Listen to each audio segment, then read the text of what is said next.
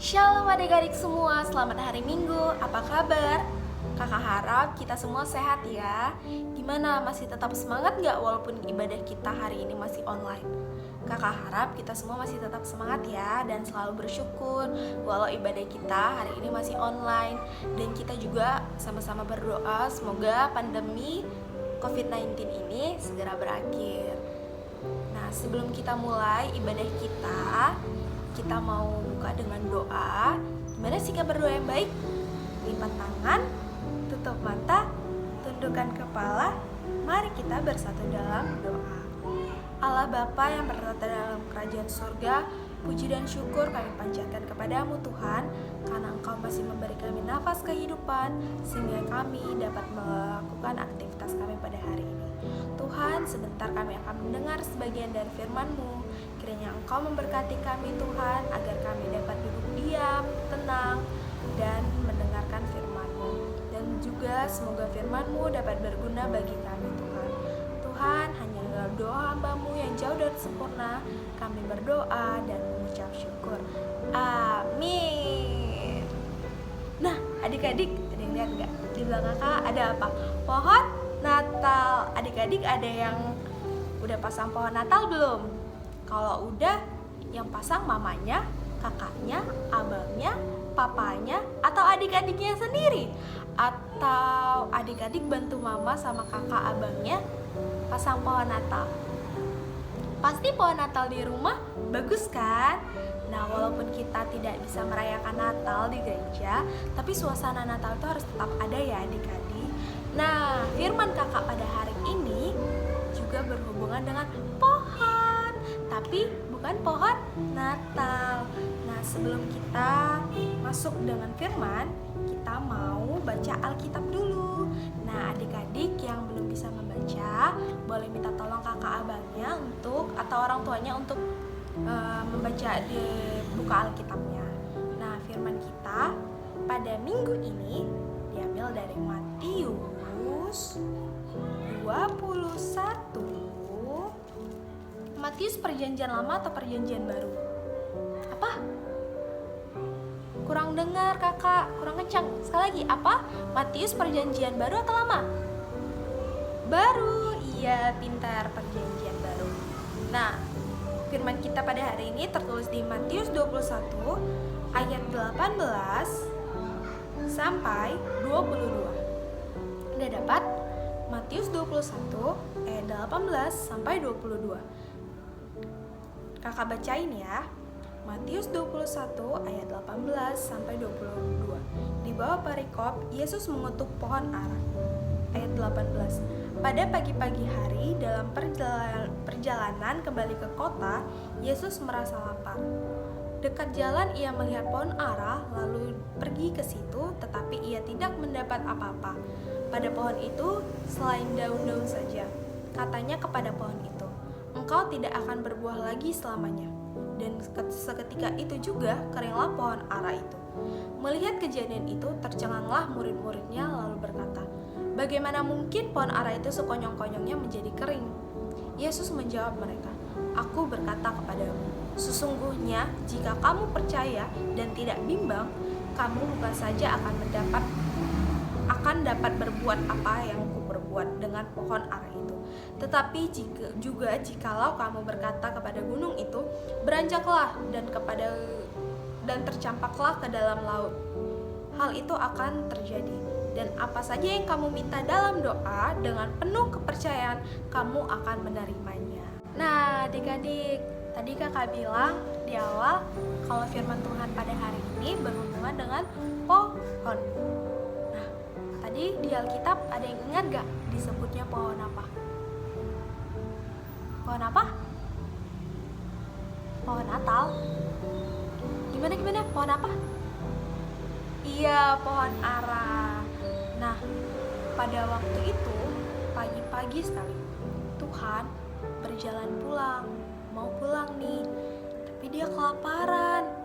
Tuhan Yesus kelaparan di jalan. Terus dia melihat pohon. Pasti adik-adik pernah nggak kalau misalnya pulang sekolah nih, terus depan sekolahnya ada pohon jambu, pasti adik-adik lihat dari jauh, ini kayaknya ada buahnya nih. Terus adik-adik datang, terus ternyata memang benar-benar ada buah, pasti adik-adik ambil kan? Kalau ada pemiliknya, adik-adik harus izin dulu ya sebelum ngambil buahnya. Nah, sama seperti Tuhan Yesus melihat pohon dari kejauhan kan? Dia melihat pohon, Tuhan Yesus melihat pohon dari kejauhan. Wah, di situ ada pohon. Nah, dalam keadaan perut Tuhan Yesus itu sedang lapar, dia berpikir pasti di situ ada buah tuh untuk dia makan, untuk mengisi perutnya. Ternyata saat dia melihat pohon itu, Tuhan Yesus melihat pohon itu, tidak ada buahnya sama sekali. Saat Tuhan Yesus datang ke pohon itu dan melihat pohon itu ternyata tidak ada buah, Tuhan Yesus langsung berkata kepada pohon itu. Kakak bacain ya di ayat 19. Katanya kepada pohon itu, "Engkau tidak akan berbuah lagi selama-lamanya." Dan seketika itu pohon aranya kering, mati pohon aranya. Pohon yang mati itu gimana sih adik-adik? Pohon yang mati nggak ada daunnya, hanya tinggal batangnya, bahkan dia tidak bisa memiliki daun lagi kan. Nah, tahu nggak adik-adik kenapa Tuhan Yesus berkata seperti itu kepada pohon itu? Apa karena Tuhan Yesus lapar dan pohon itu tidak ada buah? Masa iya cuma karena itu Tuhan Yesus berkata seperti itu kepada pohon itu? Kan nggak mungkin kan hanya karena pohon itu tidak memiliki buah. Tuhan Yesus langsung berkata, "Engkau tidak akan berbuah lagi selama-lamanya." Kenapa ya? Emang pohon itu punya dosa ya kalau dia tidak berbuah? Kan bisa jadi pohon itu lagi tidak musimnya untuk berbuah. Tapi tahu nggak adik-adik, saat Tuhan Yesus berkata engkau tidak akan berbuah lagi selama-lamanya, ekspresi mukanya murid-murid Tuhan Yesus seperti apa? Mereka kaget. Mereka, masa iya? Cuma karena Tuhan Yesus berkata engkau tidak berbuah lagi selama-lamanya, dan pohon itu tiba-tiba kering aja, langsung mati semuanya, nggak ada daun, nggak ada bahkan ya gimana sih pohon mati? Pohon yang tandus gimana? Nggak ada daun kan, hanya ada cabang-cabangnya aja. Coba kakak berkata kepada pohon Natal ini ya, coba ya kakak coba. Engkau tidak akan memiliki daun lagi selama-lamanya. Tidak berubah adik-adik. Nah, tahu nggak? Saat Tuhan Yesus melihat murid-muridnya terheran-heran, Tuhan Yesus berkata, "Aku berkata kepadamu, sesungguhnya jika kamu percaya dan tidak bimbang, kamu bukan saja akan dapat berbuat apa yang kuperbuat dengan pohon ara itu, tetapi juga jikalau kamu berkata kepada gunung itu, beranjaklah dan tercampaklah ke dalam laut, hal itu akan terjadi." Kakak lanjutin ya di ayat 22. "Dan apa saja yang kamu minta dalam doa dengan penuh kepercayaan, kamu akan menerimanya." Nah adik-adik, kakak mau ngasih tahu kenapa Tuhan Yesus membuat pohon ara itu menjadi kering dan mati. Pohon ara itu ibaratnya kita adik-adik sekolah minggu dan kakak Risani. Itu sama seperti kita. Tuhan Yesus ingin pohon itu berbuah agar buahnya memiliki manfaat untuk orang-orang sekitarnya. Sama seperti kita, Tuhan Yesus ingin kita, anak-anaknya, berbuah. Berbuah itu bukan kayak buah mangga, buah apel ya adik-adik. Maksud dari berbuah itu, maksudnya kita itu dapat menyenangkan hati Tuhan Yesus gitu. Adik-adik tahu nggak cara menyenangkan hati Tuhan Yesus gimana? Gimana? Iya benar, memuji nama Tuhan. Apalagi? Iya, berdoa. Terus satu lagi? Apalagi? Tidak melawan orang tua. Nah, benar adik-adik. Cara menyenangkan hati Tuhan Yesus itu seperti itu. Memuji nama Tuhan, berdoa, tidak melawan orang tua. Adik-adik di sini masih ada yang sering melawan orang tua nggak? Enggak. Nah, bagus banget adik-adik. Adik-adik nggak ada yang melawan orang tua. Nah, tapi adik-adik tadi dengar nggak yang di ayat 22? Kakak bacain sekali lagi ya. "Dan apa saja yang kamu minta dalam doa dengan penuh kepercayaan, kamu akan menerimanya." Nah, maksud dari ayat 22 itu apa sih Kak Arisa? Maksudnya dengan percaya, berdoa dan percaya, kamu akan menerimanya. Nah, maksudnya itu bukan hanya sekedar adik-adik percaya. Misalnya adik-adik berdoa kepada Tuhan kan, "Tuhan, aku ingin menjadi juara 1 biar aku dapat mainan dari orang tuaku," atau doanya, "Biar aku ingin dapat juara kelas agar aku dikasih hadiah atau dibawa jalan-jalan sama orang tuaku." Nah adik-adik, setelah berdoa seperti itu, adik-adik percaya nggak doa-doanya bakalan dikabulin sama Tuhan? Apa? Percaya? Bagus kalau adik-adik percaya. Nah, kakak kembali lagi ke pohon ara ya. Nah, kenapa Tuhan Yesus mematikan pohon itu? Karena ada di Injil Yohanes, Tuhan Yesus berkata, "Pohon yang baik akan menghasilkan buah yang baik juga. Akan tetapi, pohon yang tidak baik akan menghasilkan buah yang tidak baik." Nah, pohon ara itu ibarat kita adik-adik. Tadi kakak udah bilang kan, pohon ara itu ibarat kita. Kalau misalnya kita dapat berbuah dan dapat bermanfaat, Tuhan pasti senang. Karena kita dapat bermanfaat bagi orang lain dan menyenangkan hati Tuhan. Kalau pohon itu tidak berbuah, pasti Tuhan sedih kan? Nah, pohon yang sudah tidak berbuah lagi dan mati pasti akan ditebang dan dibakar di dalam api. Nah, adik-adik mau tidak berbuah di dalam Tuhan? Adik-adik emang mau dibakar di dalam api? Tidak kan? Nah, maka dari itu adik-adik, kita harus bisa berbuah di dalam Tuhan biar kita menyenangkan hati Tuhan. Adik-adik ada yang ingat gak buah-buah roh? Nah, buah-buah roh itu juga termasuk menyenangkan hati Tuhan loh. Buah roh ada berapa sih? Ada berapa ya? 1, 2, 3, 4, 5, 6. Berapa sih adik-adik? Kak Alisa lupa deh. Coba ada yang bisa ngasih tahu kakak nggak? Tadi ada yang ngasih tahu kakak. Siapa tadi yang bilang Galatia 5? Galatia 5 ayat berapa sih? 22 sampai 23. Oke, kakak bukain ya Alkitabnya. Galatia 5 ayat 22 sampai 23. Tetapi buah roh ialah kasih, sukacita, damai sejahtera, kesabaran, kemurahan, kebaikan, kesetiaan, kelemah lembutan, dan penguasaan diri. Ada berapa buah roh? 10 ya? Ada berapa sih? Oh, 9. Apa aja tadi?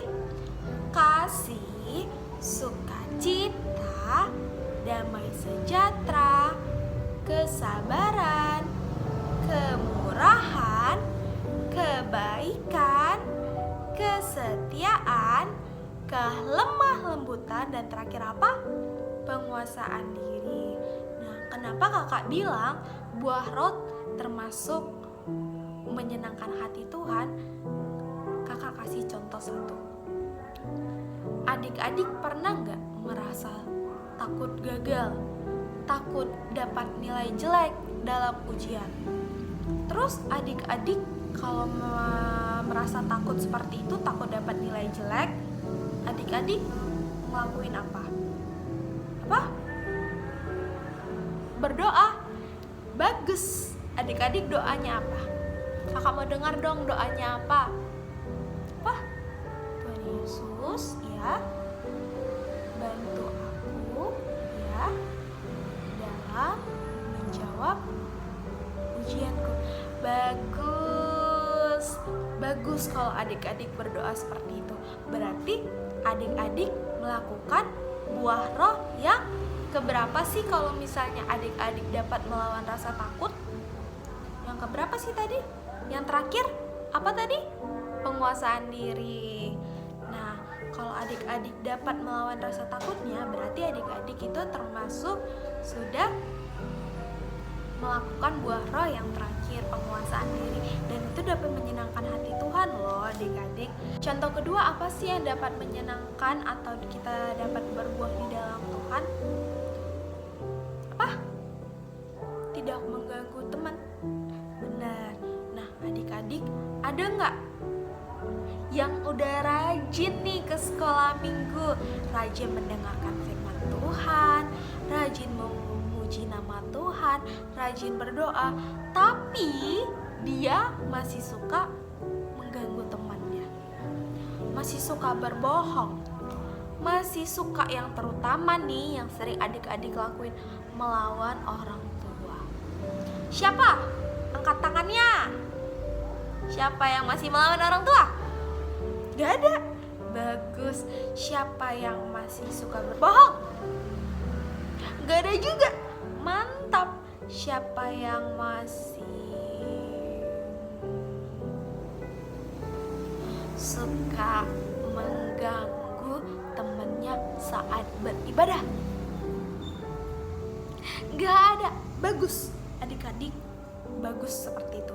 Berarti adik-adik semuanya berbuah di dalam Tuhan. Oh iya adik-adik, kakak mau ngasih satu contoh lagi. Ini kita masuk di bulan apa sih namanya? Bulan Desember.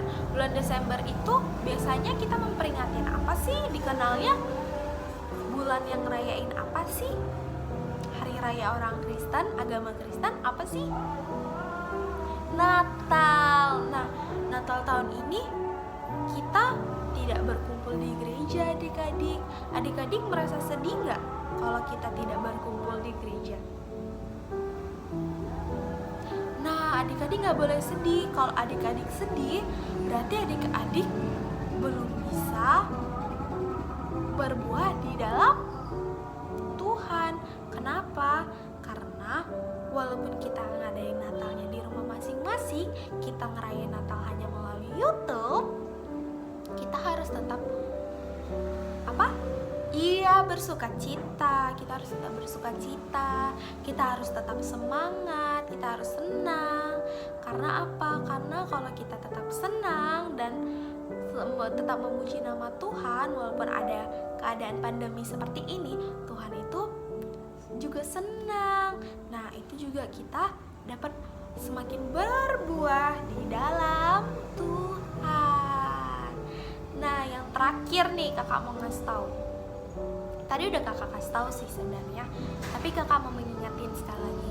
Nah, kalau kita berdoa dan percaya kalau doa-doa kita bakalan diwujudkan sama Tuhan, tapi kita tidak mengizinkan Tuhan untuk ikut campur di dalam doa-doa kita, itu sama aja percuma. Jadi, setelah kita berdoa, kita serahkan semuanya di dalam Tuhan, biarkan Tuhan yang bekerja dengan doa-doa kita, pasti dikabulkan karena sesuai dengan kehendak Tuhan Yesus. Nah, adik-adik, gimana tadi cara berbuah di dalam Tuhan? Pertama, melakukan buah roh. Kedua, tidak melawan orang tua, tidak berbohong, tidak mengganggu temannya saat beribadah. Yang ketiga apa?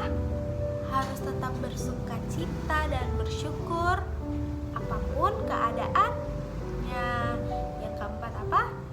Mengizinkan Tuhan berkehendak dalam setiap doa-doa kita. Nah, adik-adik, sekian firman Tuhan pada minggu hari ini. Semoga firman yang kakak sampaikan hari ini dapat kita laksanakan di kehidupan kita sehari-hari ya, agar kita dapat bermanfaat dan menyenangkan hati Tuhan. Sebelum kita mengakhiri ibadah kita pada hari Minggu ini, kita mau berdoa. Gimana sikap berdoa? Angkat tangannya, lipat tangannya, tutup matanya, tundukkan kepalanya. Kita bersatu dalam doa. Allah Bapa yang berada dalam kerajaan surga, terima kasih Tuhan atas sapaan firman-Mu yang tadi Tuhan, kiranya firman yang tadi Kak Risa sampaikan Tuhan dapat bermanfaat bagi adik-adik dan kami semua Tuhan. Tuhan, sebentar kami akan melanjutkan aktivitas kami, kiranya Engkau selalu menyertai kami dan menjaga kami. Hanya inilah doa hamba-Mu yang jauh dari sempurna dan kami mengucap syukur. Amin.